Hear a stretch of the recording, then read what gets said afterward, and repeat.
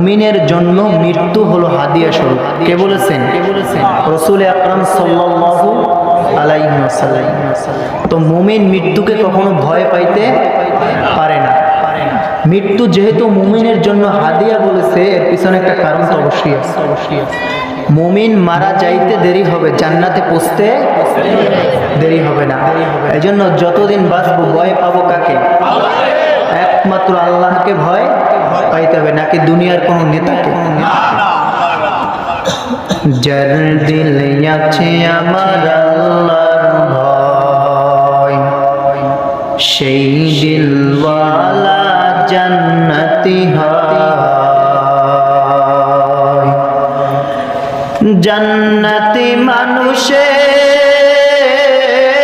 কিছু ভালো লাগে না,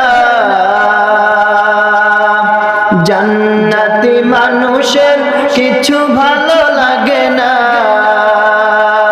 শুধু ভালো লাগে ইল্লাল্লাহ, লা ইলাহা ইল্লাল্লাহ, লা ইলাহা ইল্লাল্লাহ।